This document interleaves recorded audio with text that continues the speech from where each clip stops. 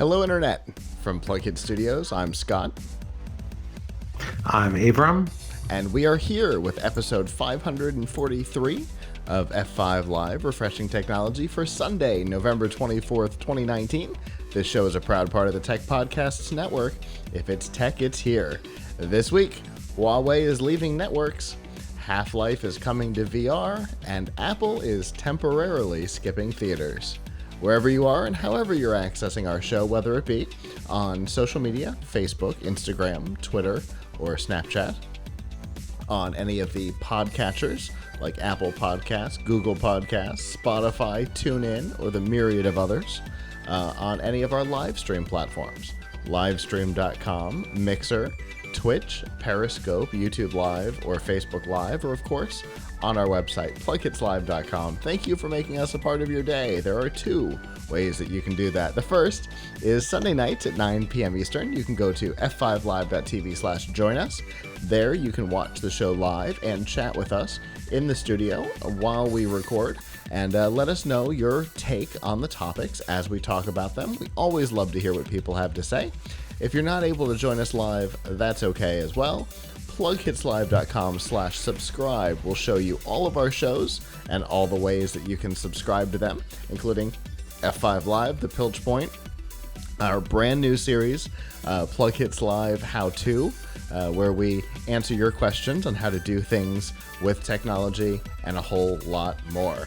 I think that is our spiel. Avram, how are you doing this evening? Decent. A lot of hard work this week and the week to come, because this is kind of key time of year.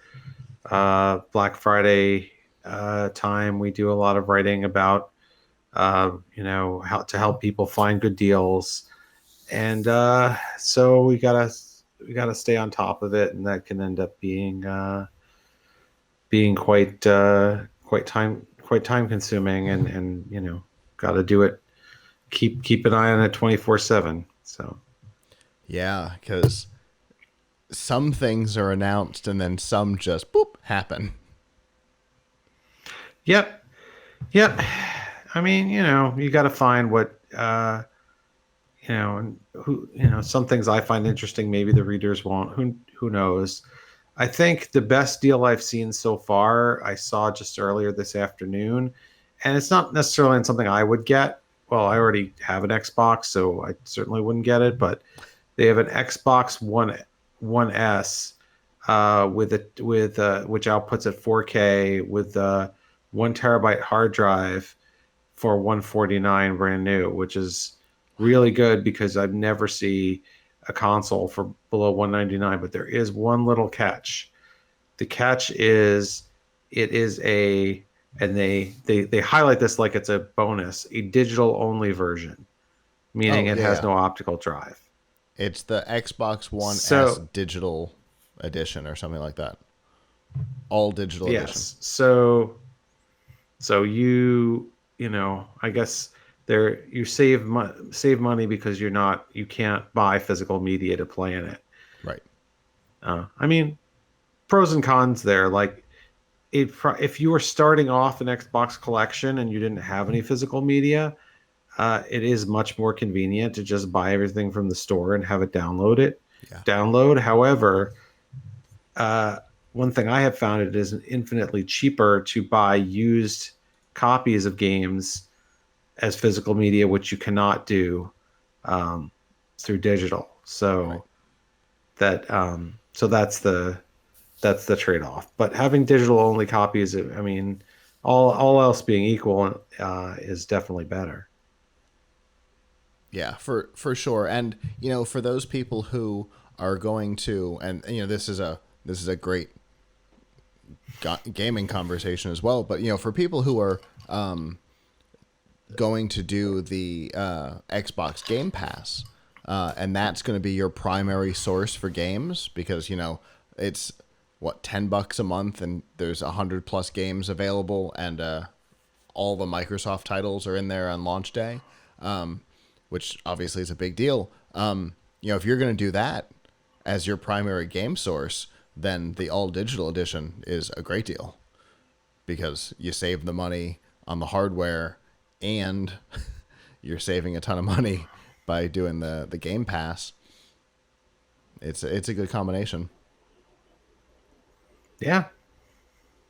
So we will actually talk about how to find that deal in just a second, because that promo is the beginning of our next segment. So let's get right into that now.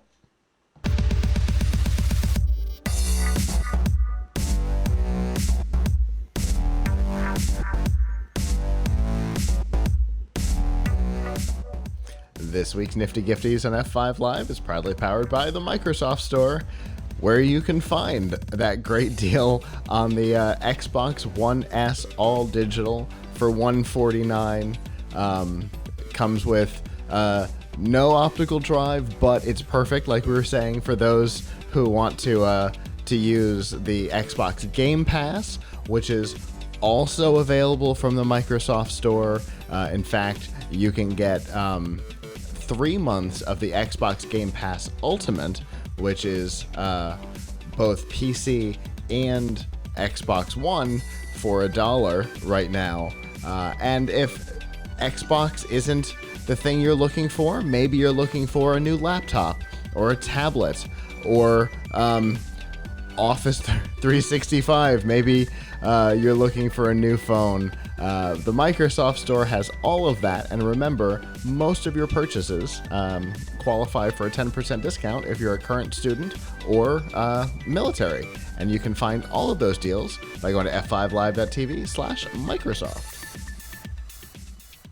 So that was a good lead in there, Avram. So over the last... particularly the last year, but it has been a couple of years that we have been watching this ramp up. There's been a lot of talk about hardware from Chinese companies that are intimately connected with either the Chinese government or their military. In particular, the company that everybody thinks of is Huawei. But of course, there's others like ZTE that are basically the same structure, the same general company idea. And there's been a lot of question about whether or not, the product should be imported, whether or not our companies should be allowed to sell to them. And it's been up and down. One of the aspects that has been in the forefront of this conversation has been whether or not the Chinese companies should be allowed to have to be involved in our cellular networks.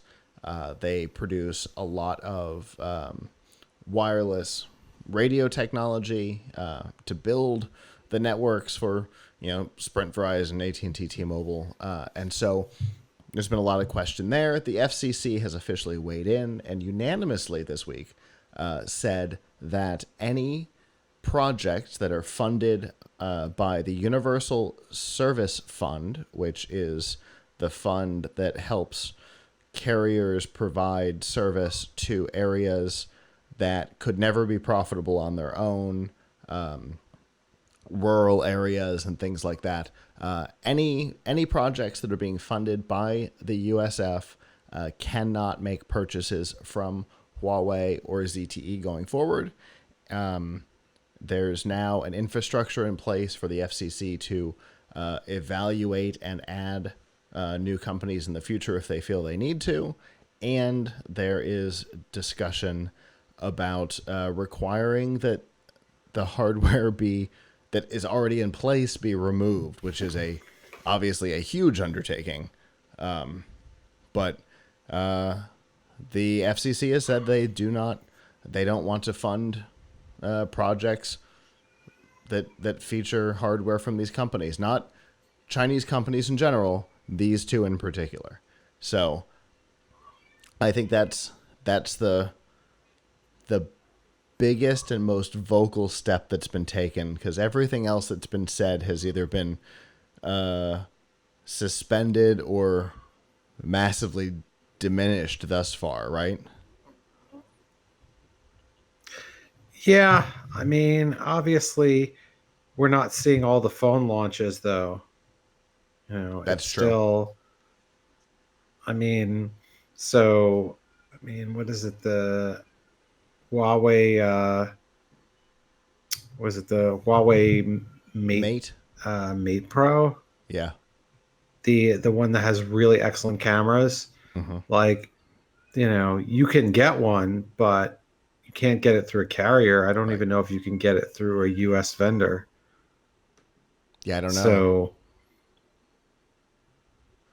Yeah, so there it's really, they definitely, yeah, there's certainly restrictions, like, and whether they're official or not, right?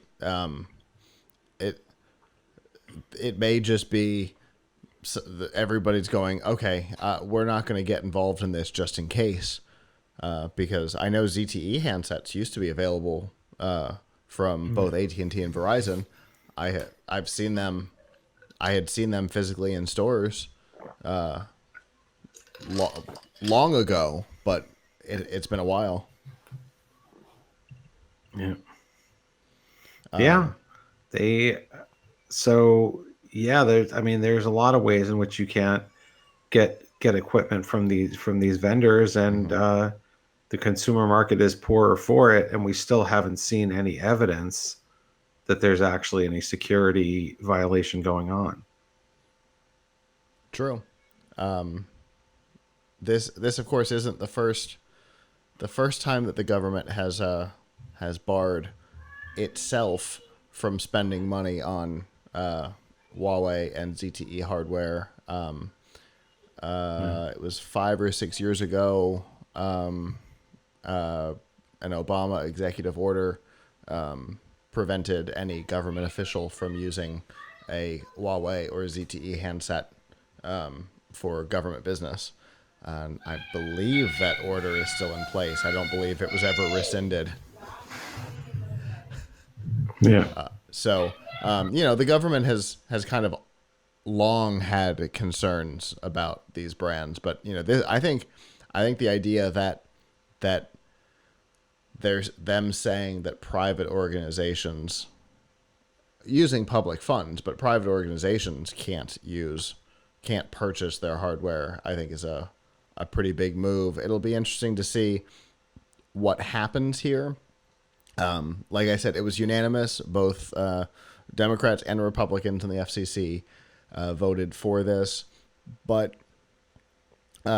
commissioners on both sides of the aisle are concerned that Washington may try and politicize this and try and incorporate it into the larger trade negotiations with China, which they believe probably with good reason could diminish the value of orders from the FCC. So it will definitely be interesting to see what comes of it. Like you said, Avram, there's been soft evidence, but there's never been any hard like something that would stand up in court. There's it's all been circumstantial and could have been third party interference type things. There's never been any hard evidence to suggest that anything coming out of these companies is particularly problematic. But obviously the fear of Red China is ever looming over anything that comes out of the Well, country. if there's really a security problem, then I think the FCC owes it to the American people to disclose what that is. If I agree. and then they shouldn't be able to trade it back in a trade deal, because if it's a problem, if it's a security violation, you shouldn't be able to trade away security.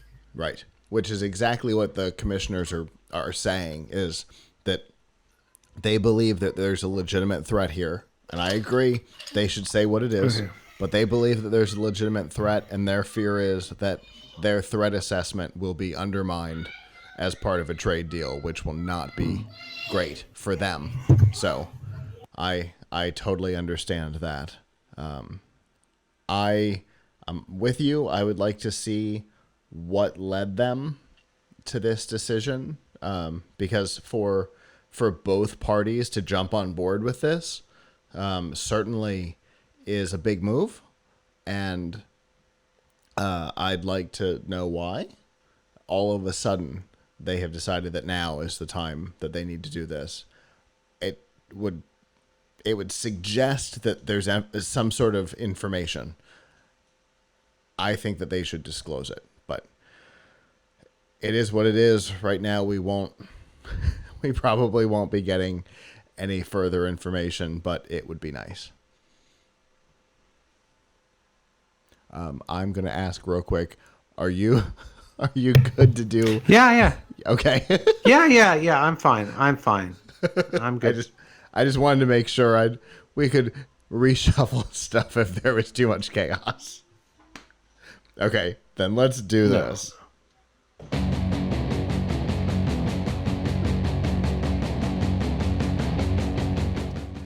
This week's Piltch Point with Avram Piltch is proudly powered by PureVPN. You definitely want a VPN service to hide your browsing activity, whether it be from Google and Facebook or from your ISP, and a VPN like PureVPN is the best way to do that. It gives you the ability, like I said, to hide your activity or to obfuscate it, but it also gives you the ability to report that you're somewhere else, which is really nice when you're out of the country and still would like to watch the premiere of one of your favorite shows. Not at all a real life story. And right now, as part of the Cyber Week that's getting started, they have got a deal for a 3-year plan. You can get $1.92 a month, which is a really great deal, and you get a 31-day money-back guarantee. So if you buy the plan at this great deal and you don't like it, it doesn't do what you want, you can get all of your money back. And you can find all of the information about PureVPN by going to piltchpoint.live/PureVPN. So, I guess the first thing we'll say is that it is Cyber Week coming up. You guys will have a ton of information about... already do. Yes. We already do. So if you go to tomshardware.com, you will see that we have a lot of information there. We've highlighted some of the best deals, or maybe all of the best deals. Well, certainly some of the best deals for people who like technology. And we also have lists of some of the best gifts to get for different kinds of folks. So definitely check us out. But speaking of gifts, I want to talk about something which I think is an awesome gift for someone or for oneself.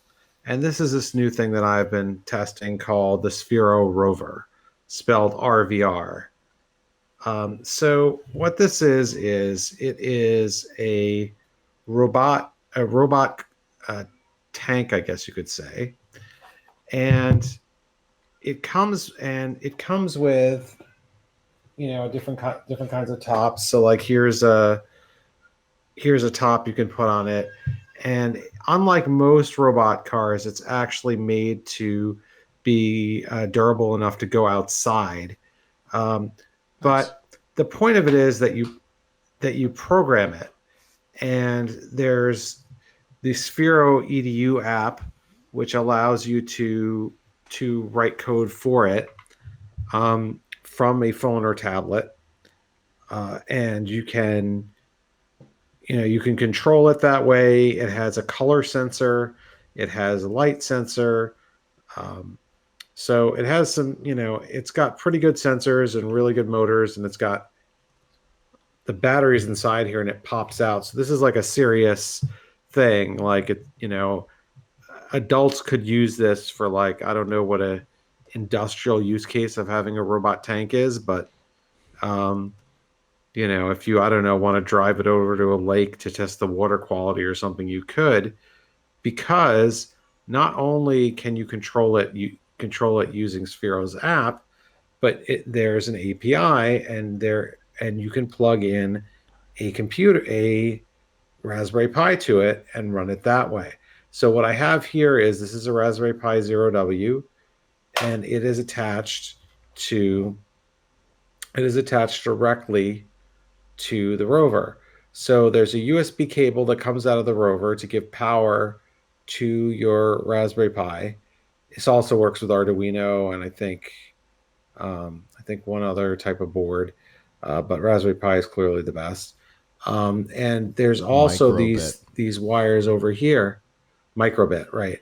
There are also these wires over here that come out of they're basically a ground, a TX, and an RX for serial connection. So you connect them to the pins on your Raspberry Pi, and then you install the software, which took me quite a while to figure out. I had to look on some forums to get it working, even though they have documentation for it on Sphero's website. And then you can control it through the Raspberry Pi. So, for example, I wrote a quick, and you can program it in Python. So I wrote a quick program the other day to use the color sensor to change what the LED lights on this do, because there's a whole bunch of LED lights on it. Okay. So when it's on, so if you, let me see if this has some juice, and I can actually see in their default state what they do. So, right. So they they kind of light up Okay. in all kinds of colors, but the what I did is I actually programmed it, which I'd have to boot up the Raspberry Pi and use it. So I'm not going to do that right now. To have a color sensor program that when I stuck a color under it, it would change the colors of the lights to that color.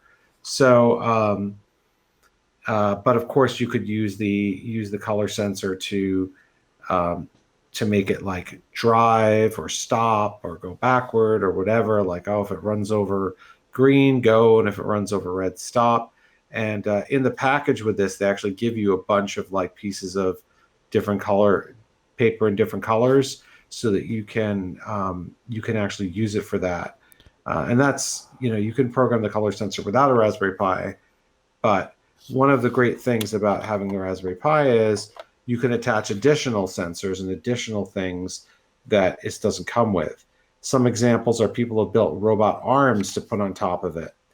Other examples are people have, attached a camera to it and made this into a security device, a security camera robot. That's actually what I'm trying to do with it.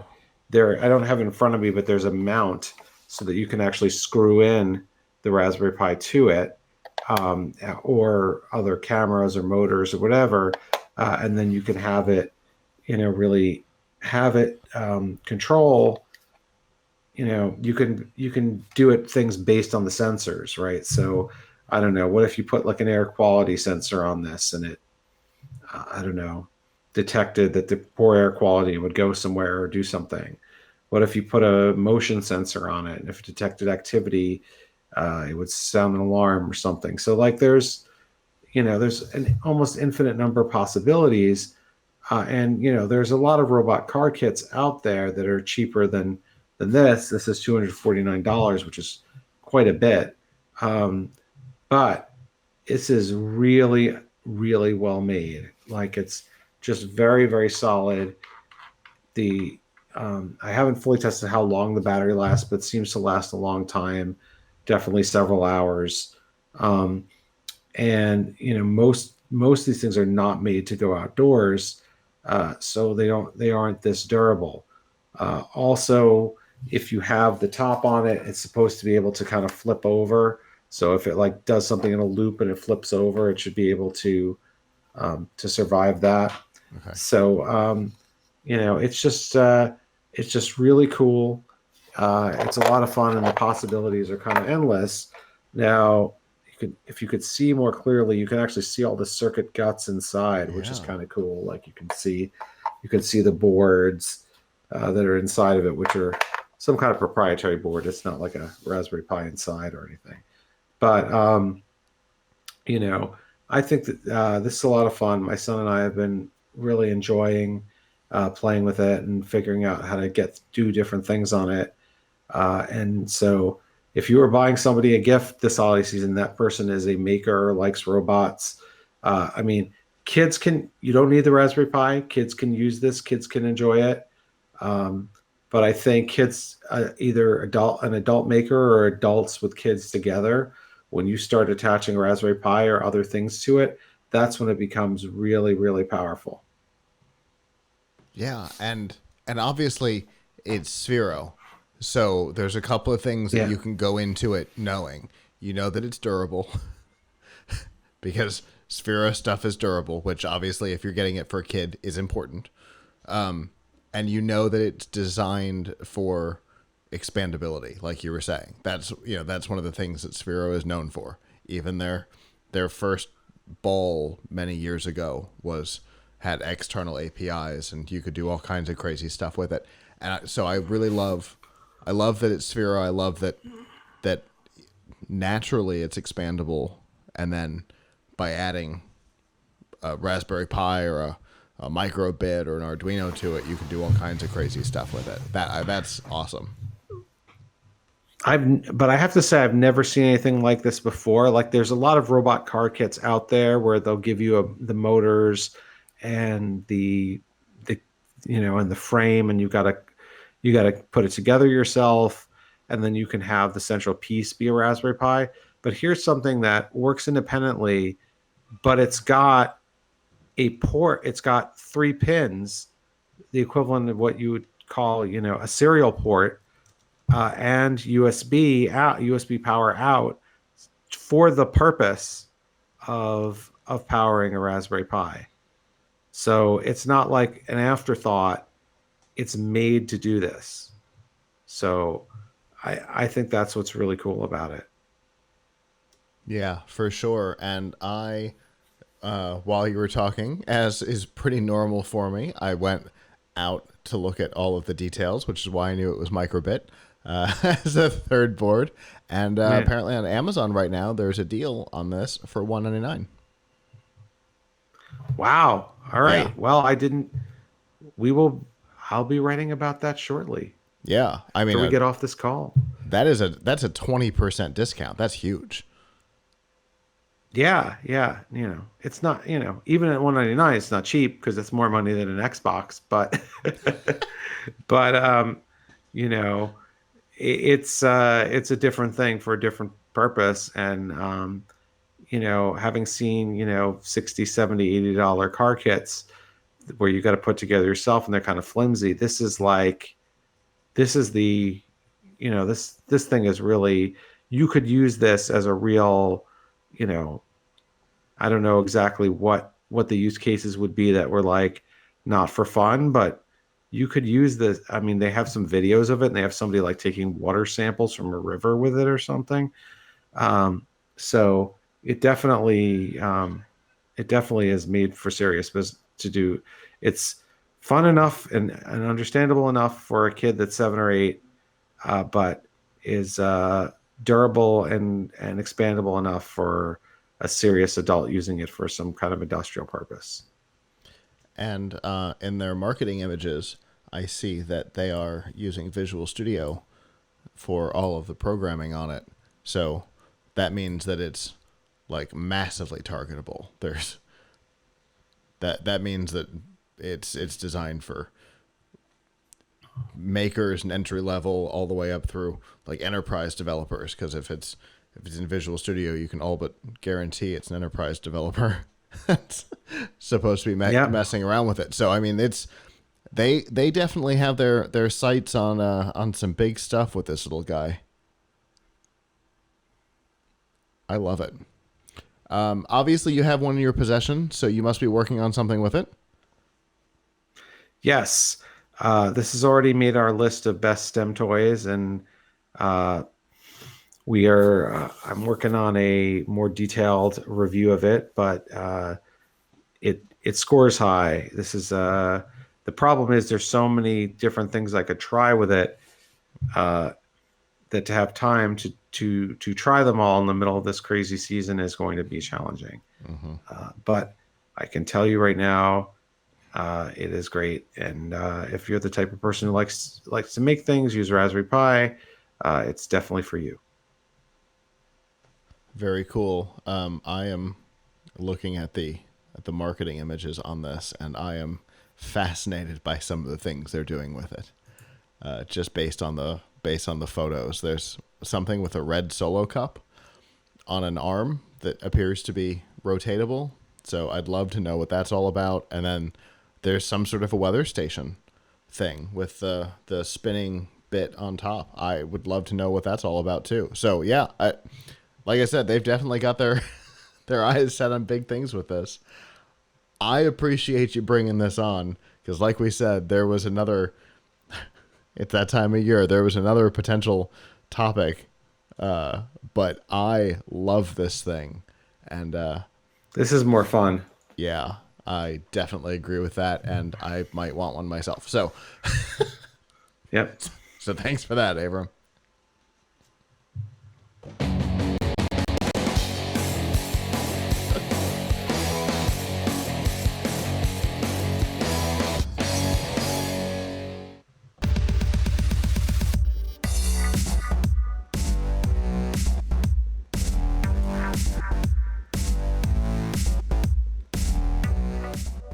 This week's Extra Life on F5 Live is proudly powered by Razer.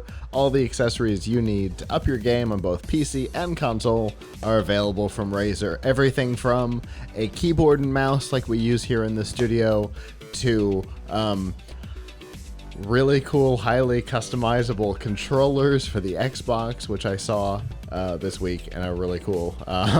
And all the way up through systems, full laptops, and things like that are all available. And right now, obviously, like we said, Cyber Week is kicking off.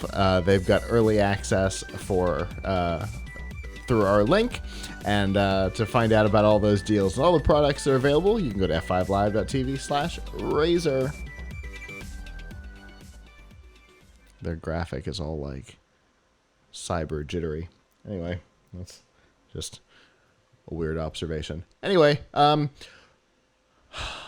so if there is one game in the entire industry that continually gets requests for more content in, it's Half-Life. The last time we saw an actual entry in the Half-Life franchise was Half-Life 2 Episode 2, which released as part of the Orange Box on October 10th, 2007. Yes, that is 12 years ago. It has become the biggest joke in the gaming industry. Anytime somebody at Valve sneezes, everybody's like, "Oh, Half-Life 3." And it never happened. We never got Half-Life 2 Episode 3. And so everybody would like for them to either finish the last story or start a new one. Well, kind of. You're going to get your wish. A game that we've known about the existence of, but did not know any details about, was officially announced this week. Half-Life Alyx it's official. It is a VR title. It is a AAA VR title. Now, Avram, you and I have talked for the last couple of years about why VR has never taken off in the consumer space, and it's because we believe it's because there has never been a truly killer title. Well, Valve making a Half-Life title for VR, a AAA quality Half-Life title for VR, could be that killer title. I truly believe that. I think that would be really cool. I wanted to mention that another VR title came out, I think, just last week, called Doctor Who: The Edge of Time. Yes. Which sounded like it had some potential. I'm reading some of the reviews that people have put up, and it's been kind of met with mixed reviews. People say they can get through it in about 3 hours, which is not very long for a game, and that the controls are kind of annoying. But those are complaints that you'd get from a regular game. I mean, I Sure. think part of the problem is there just haven't been a lot of VR games that are that engaging that people spend a lot of time in them, like Yeah. they do with with regular games. So I like to see a game that had enough content for that. Yeah, and a AAA title out of Valve is going to be that kind of a game, right? Because if you look, I mean, you look back at the orange box. Let's look at the generation that was the last time we saw Half-Life. Portal wasn't even a AAA title. Granted, it overshadowed every other game in the industry that year, and it was the undisputed game of the year. But it wasn't a AAA level title. It was a throw in. Half-Life 2 Episode 2 and Team Fortress were supposed to be the AAA titles, and Portal was something that was thrown in as an add-on, and that came out of Valve, and that owned the industry that year. So when they really do focus down on a AAA title, look at anything that's come out of CounterQuest, anything that's come out of Portal 2 was a huge game. When Valve really sits down and focuses down, they produce a big game. And on top of this, for anybody who buys a Valve Index VR headset, you're going to get this game for free. So it is going to be a AAA title VR game that's going to be free as the flagship game for the headset. That's big. People are going to buy the hardware to play this game because everybody has been itching to get back into Black Mesa. And this game is going to take place between the first and second game. So it's a new story, but it takes place in the past. But I think this might be the thing that finally pushes people to buy hardware who have been holding out, which I'm excited about. I mean, I might finally buy VR hardware because of this game. I mean, it definitely sounds like, I mean, that's what the industry needs. And then once you have one game like this, you start to see it. You start to see others. Because financing One thing starts I to show up experienced to the other developers, right? Once one thing really catches on and the platform grows, then you get financing from and to publishers and developers to start building other AAA titles for the hardware. So something else that kind of happened, I think it was last week, that was really interesting is that Minecraft Earth went into wide. I think it's still beta, but it's like a wide beta. And It's not even so, beta. It is early access. It's pre-alpha. okay, well, it seems to be in decent shape because Yes. I've been using it. Me My too. son really wanted to try it, and I bring that up because if it weren't for Pokemon Go, there wouldn't be a Minecraft Earth. True. And so, could this be the Pokemon Go? Could Half-Life for VR be the Pokemon Go of VR? Yes. I hope so. Yes. Because what was Pokemon Go? It was Niantic working with the Pokemon Company to build a thing for a new technology based on an existing highly popular franchise. And that is exactly what Valve is doing here. They are building a game for a new technology based on a highly popular and financially secure franchise. So, yes, this could absolutely be the VR equivalent of Pokemon Go. And, it coming out to support the index. I mean, that's Valve hardware with Valve Store playing a Valve game. That is the Apple model right there. And Yeah. if they can control the entire experience, they can guarantee that it will work the way they want it to, which can be one of the challenges for VR, right? You can't always we've seen variable experiences based on your hardware, whether it be, trying to use a Steam game with your Samsung phone in a thing, or using the HTC Vive. Very different experience, but in this case they can control the entire experience. I think it's going to be good all around, not just for VR, but because Valve is back in Black Mesa. They are back in the Half-Life universe, and one of the heads of the franchise said that now that they are back, they have returned to Black Mesa. The company wants to stay there. And this is just the first, hopefully, the first of many games to come out back in the Half-Life universe, which the Half-Life universe is difficult to say because Portal also takes place in that same continuum. And they make fun of each other. But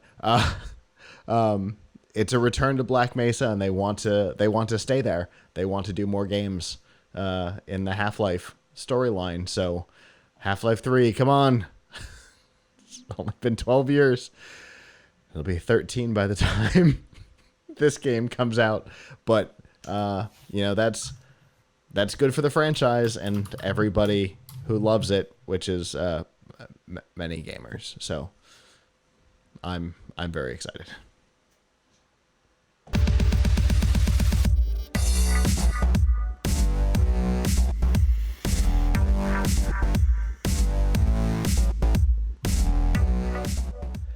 This week's news from the tubes and F5 Live is proudly powered by RiffTrax.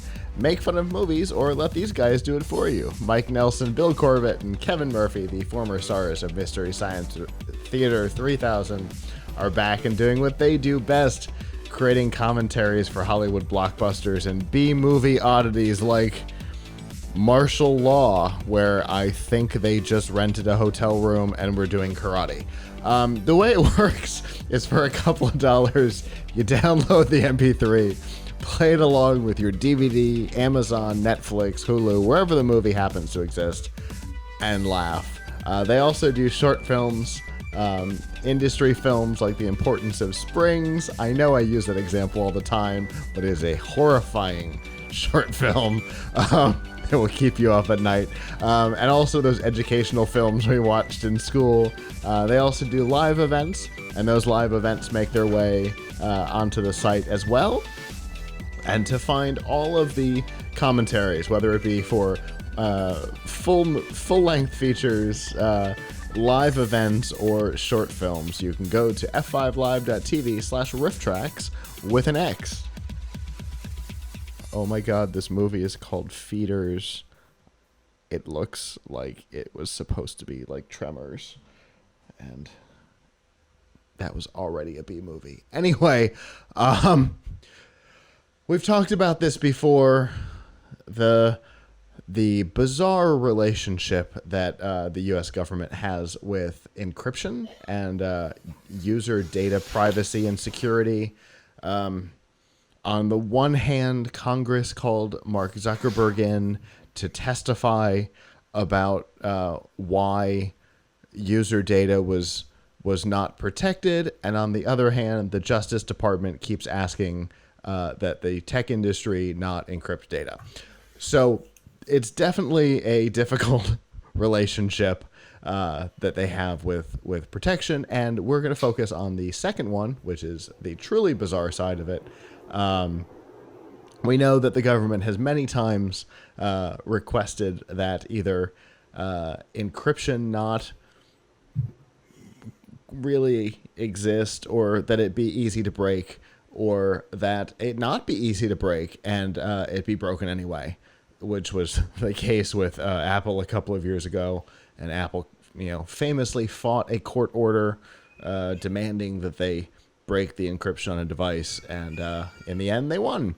But this week, the Justice Department has gone a new route, trying a new tactic, because they have not been able to win the support of almost anybody here at home, and instead the FBI drafted a resolution presented at Interpol's annual child protection meeting. And basically the idea was that we can't protect kids if data is encrypted, which is an interesting pitch and one that we've heard them make before. And so after the meeting, the FBI claimed that the resolution would be published shortly.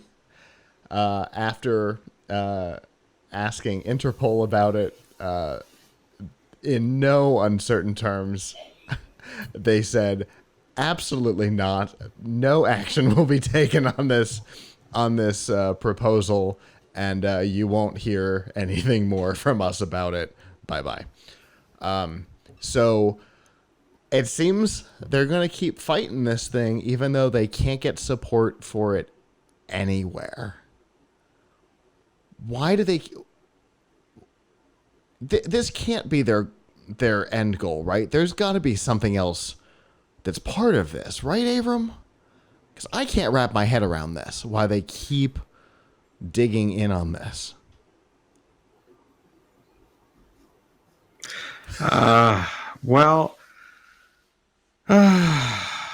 So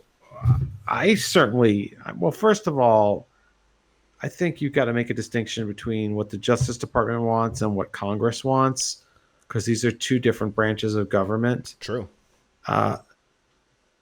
So, you've got, in Justice Department wants to be able to investigate, wants to be able to investigate people.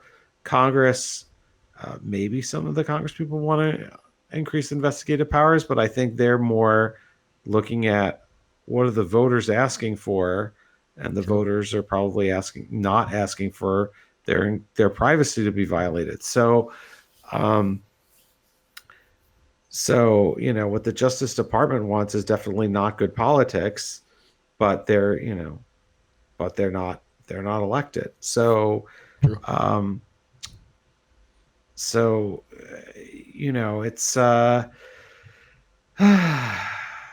obviously they're going to try to keep at it, but their argument makes no sense. And I think it's kind of exploitive to say, oh, they can't keep children safe if they can't break encryption. Yeah. That's like saying we can't keep children safe if people have locks on their doors. Mm-hmm. Yeah.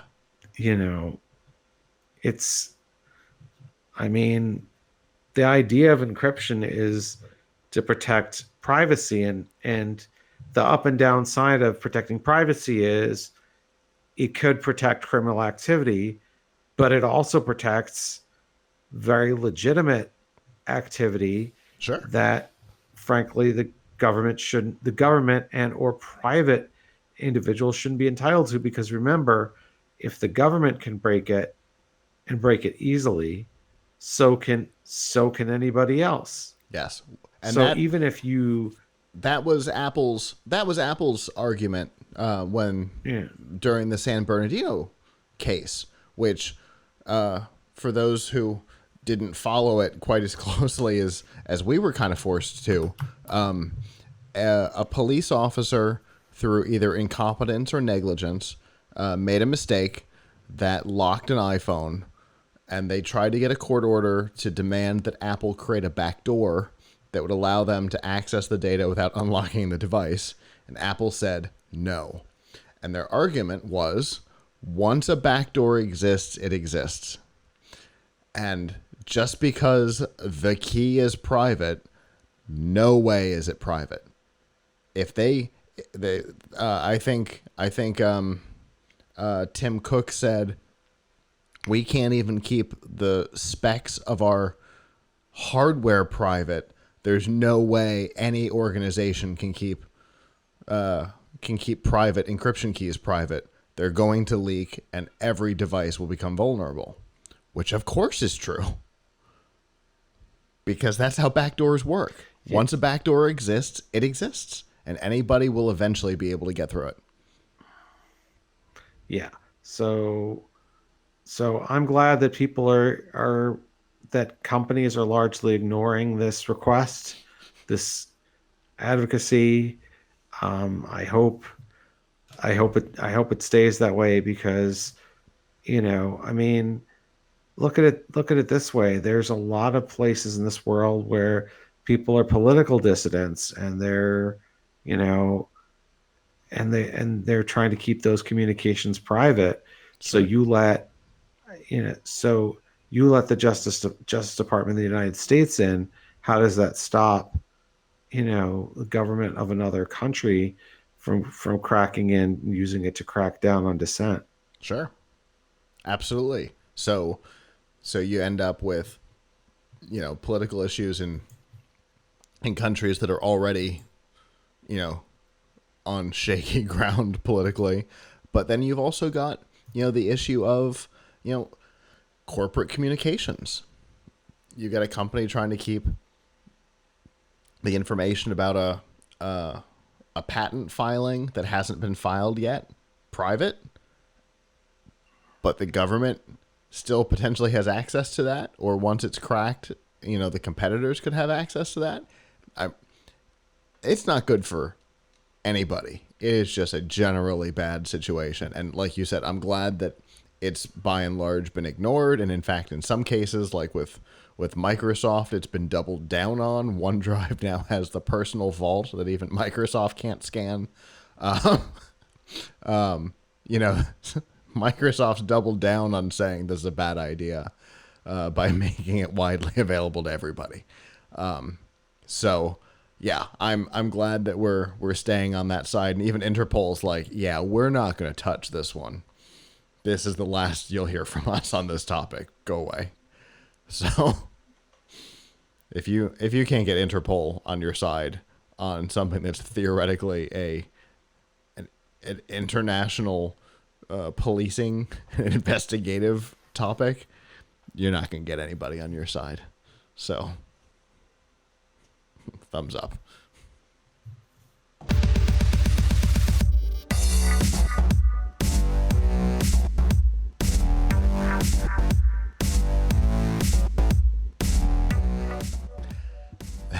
This week's DRM Not Included in F5 Live is proudly powered by Amazon Prime. In addition to your free shipping, there are a lot of features like Amazon Prime Music, which gives you free music streaming, Amazon Prime Video, which gives you TV, movies, documentaries, all available as part of your subscription. You get Twitch Prime, which gives you free games every month and a free subscription to support the content creator of your choice on Twitch. You get one free subscription there as well, and a whole lot more. We've put together some of our favorites with quick links to all of the features. And if you're not already a Prime subscriber, this is the time of year where it pays off to have it. We've got a 30-day free trial so that you can see if the shipping and all of these other features are a benefit for you. And all of that can be found by going to f5live.tv/prime.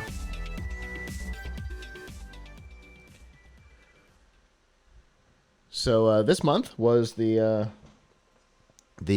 big new streaming service month. We saw Apple TV Plus and Disney Plus launch, and both have seen their launch issues, but both have been different. Disney saw technical issues, whether it be the system crashing on day one or old episodes of The Simpsons cutting off the top and bottom of the videos. On the other hand, Disney's issues have been more content related. Their original series have been, at best, ignored, and at worst, hated.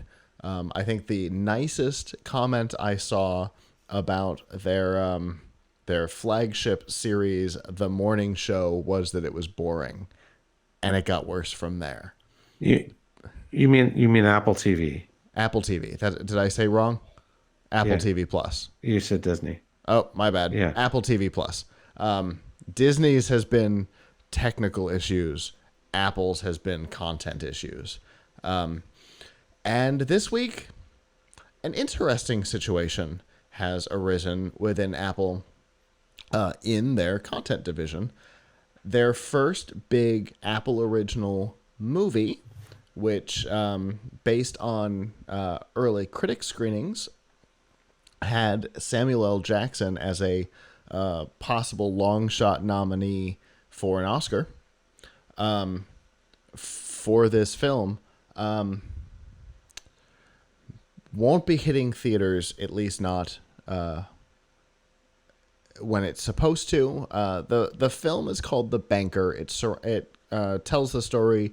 It's set in the 50s. It tells the story of two land developers, and apparently it's supposed to be really great, but there's an issue. One of the co-producers, who is the son of one of the two bankers that the movie is about, has been accused of sexual assault going back several decades, but spanning almost 10 years.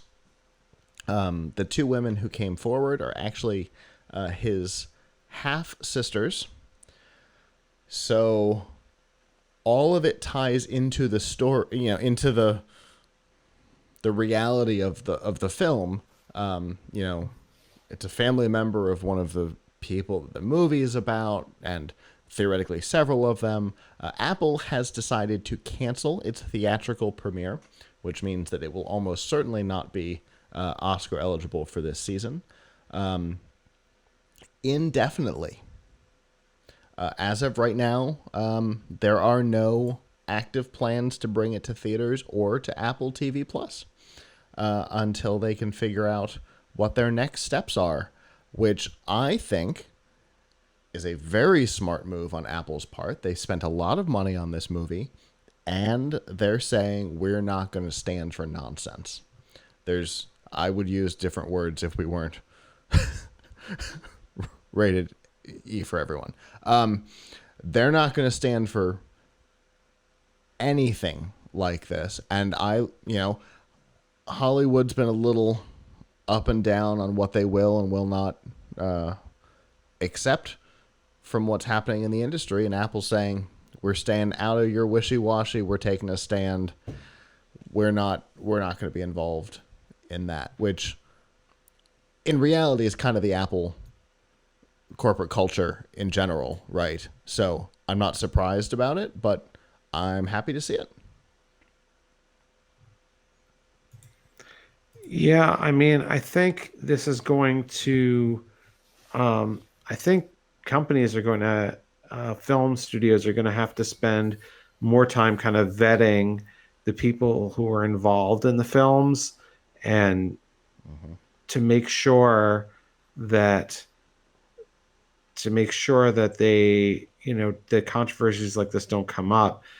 I was thinking about, and I have to look up the name of it, the movie The Birth of a Nation, which came out a few years ago. Do you remember that? The one about Nat Turner. So there was a movie that was being highly touted a few years ago called The Birth of a Nation, not to be confused with Birth of a Nation, which was the black and white Ku Klux Klan film. This movie was about the Nat Turner slave rebellion. And the guy who produced and starred in it, the guy who produced and starred in it, I think his name was Nate Parker. Yeah. When the movie was about to come out, some several years old allegations, which had been he hadn't been disciplined for them in college, but there was a lot of evidence to say that he did it. He said he didn't do it. I don't know. I'm not here to talk about, to adjudicate that, but with the buzz around it, the negative buzz around it, I think that very much hurt the box office for that film, which was supposed to be, a movie that was going to get award consideration and be, and be something a lot of people saw. That was actually before. That was actually before Harvey Weinstein. Okay. So that was like 2016. Yeah. So, but now people should be, really careful. They're going to have to start. I mean, look at Kevin Spacey. Like, Hmm. didn't they have some projects with Kevin Spacey where they had serious problems? One of them, they ended up reshooting his part. Yeah. Um, The final season of the Netflix series, whose name he was yeah, president. of Game of Cards, Yeah. House of Cards. House of Cards. Yeah. He wasn't in the final season. Yeah, yeah. Well, they wrote him out, but also there was that movie, I forget the name of it, Hmm. that was about, I think, John Paul Getty, and Yep. he had filmed a whole bunch of scenes, and then like they delayed the film for like a month, and then they got somebody else to they got Christopher Plummer to step in. Yeah. Yeah. But yeah, they're gonna have to start doing the kind of vetting that people do when they like presidential candidates do when they're looking for a vice presidential candidate to see what comes up. Or what Uh, some of them do they're at going to least. have to start doing, yes, what they're supposed to be doing. Um, you know, She's going to be the butt of jokes for I the think rest of my life. Keep I going. think Sorry. I think studios are going to have to do that kind of deep background check on. I don't know. I mean, clearly they're going to have to do it on a lot of people involved in the film because Kevin Spacey wasn't even the star. He Hmm. wasn't the producer or the director. He had, I think, a fairly small supporting role. My understanding was, but Which is why it was able yeah. to. They So were able to eliminate him in a short period of time.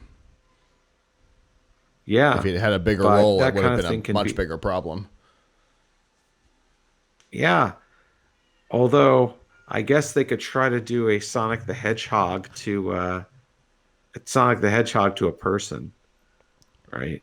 $25 So like the million. person will, $25 million that added to the movie's budget. well, I don't know how much it costs to animate him in the first place. I don't know why it would be why it's so expensive, but I don't know what it cost the first place. Right. I know I that I mean, think the total budget's now 137. well, I mean, the movie didn't look that great in the first place. Now it looks a little better, Yeah. His, but ar- his arms are still they blue. that's the big problem, No. not the fact that there's no other Sonic characters in it except for Dr. Robotnik, and he doesn't look right either, and that by all accounts looks not at all funny. Yeah, well, he doesn't have creepy teeth anymore, so we've got that. But but yeah, there are I guess the reason why I brought up the price on that is because even in an animated film, which theoretically you change the model and re-render, it still added Right, yeah. $25 million to the budget to make him not look horrifying with those teeth. And there obviously Sonic hasn't been accused of anything other than being creepy looking. But if you're talking about the budget of a filmed movie with a big star like Kevin Spacey, to go back and have to refilm all his parts after you've shut down production, theoretically, to bring all of that back online is massively expensive. You may have given up sets already or shooting locations and having to lease them back and all that. I mean that's massively expensive. It's way better to do your due diligence up front and not have somebody who's got skeletons. Yeah, no doubt. But on the other hand, we've also learned in recent years that it can even affect the back money being made from back catalog of older works too, right? So, you know, people aren't listening to R. Kelly so much anymore. Most channels are no longer airing the Cosby Show reruns of the Cosby Show, or certainly not the barbecue Seventh episode. Heaven. Oh yeah, Seventh Heaven. Oh my God, I forgot about that one. So, I mean, companies are probably going to look at this and figure out, like, wait a second, how do we make sure that we get people who aren't going to create this kind of controversy? Yeah. Because once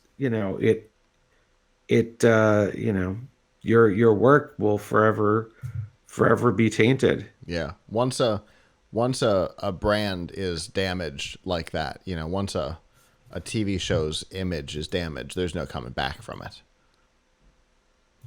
So, yeah. And to use a show like Seventh Heaven as an example, part of the financial strategy on a show like that, because it was the CW, so it certainly wasn't based around making money up front. It was with the 18 viewers that watched UPN at the time, it was definitely based on being able to make money long term on syndication deals, and that's over.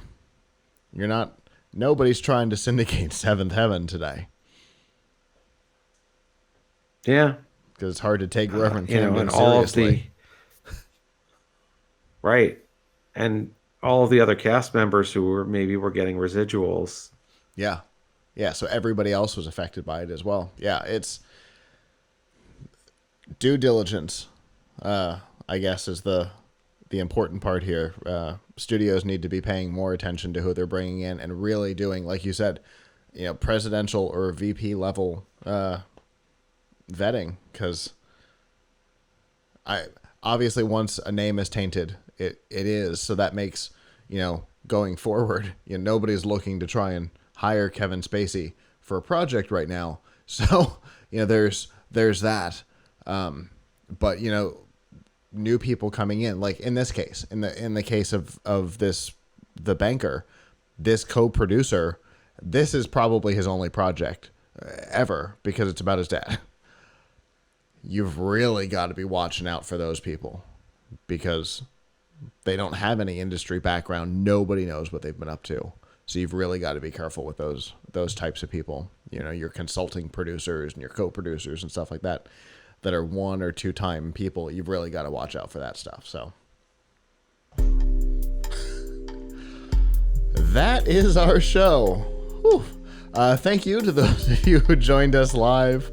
We always appreciate our live viewers. If you weren't able to join us live, that is okay. You can always go to PLUGHITZlive.com/join us. PLUGHITZlive.com/subscribe and see all of the shows, including F5 Live and the Piltch Point, and PLUGHITZ Live How To, and the 3000 Brigade Presents, which we've got some new Detective Toad mysteries coming over the coming weeks. So there's lots of new content, and oh my God, I cannot believe that it's like 5 weeks until CES, something like that. Holy cow, that's way too close.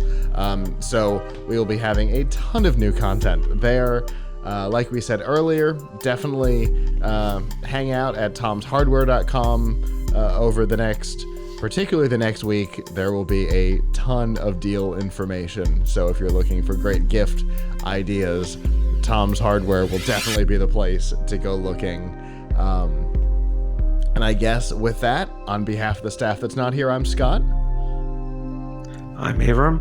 And we will see you guys back next time. Ciao.